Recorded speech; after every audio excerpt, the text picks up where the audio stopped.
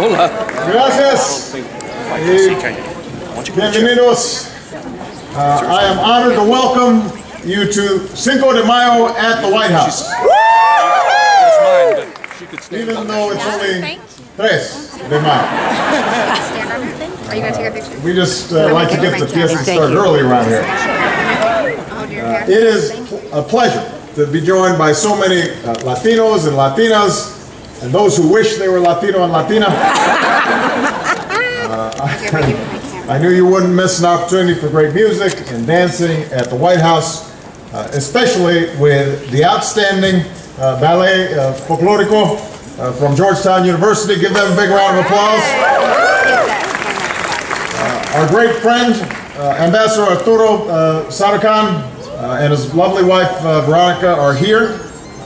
I'm honored to welcome Hispanic Americans serving at every level of my administration, including Secretary of Labor, Hilda Solis. Woo! I want to recognize Charlie Gonzalez, Chairman of the Congressional Hispanic Caucus. Woohoo!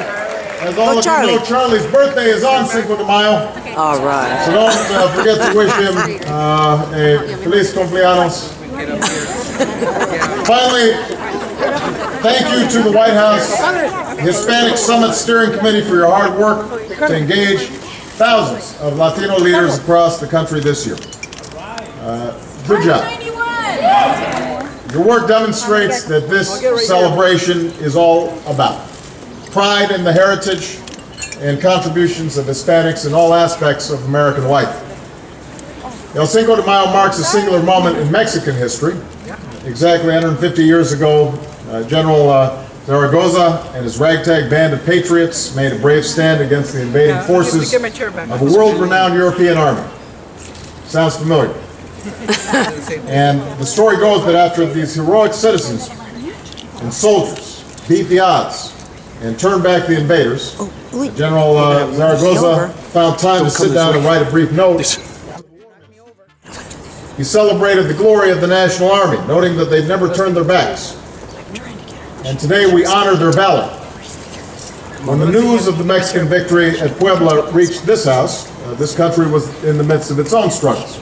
But soon after, the U.S. lent assistance to help Mexico definitively expel the French from their land. And ever since, the United States and Mexico have lived intersecting and overlapping histories. Our two countries share the ties of history and familia and values and commerce and culture. And today we are more united than ever in friendship and in common purpose. Right now there are more than 50 million Americans of Latino descent, 1/6 of our population. You're our neighbors, our co-workers, our family, our friends. You're starting businesses, you're teaching in classrooms, you're defending this country, you're driving America forward. And for our part, we know that securing our future depends on making sure that all Americans have the opportunity to reach their potential. And that's why we've worked hard over the last 3.5 years to create jobs, to make sure you get the care you need when you get sick, to make college affordable for everybody, to ensure that no matter where you are, where you come from, what you look like, what your last name is, even if it's Obama, you can make it if you try. These are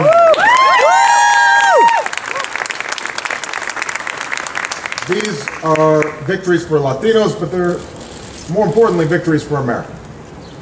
We could not have come this far without you. Of course, there's still plenty of unfinished business, including fixing our broken immigration system. And it's long past the time that we unleash the promise of all our young people and make the DREAM Act a reality.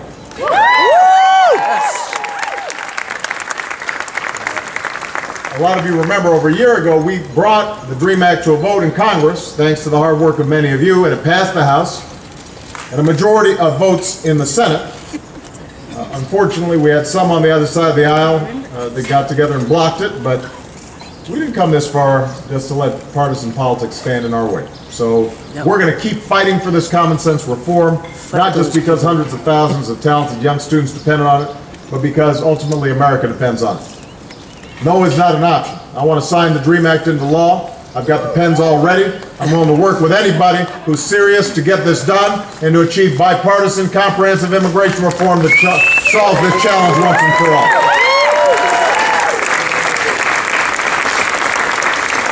It's worth remembering, America is and always will be a nation of immigrants. We're richer because of the men, women, and children who've come to our shores and joined our union.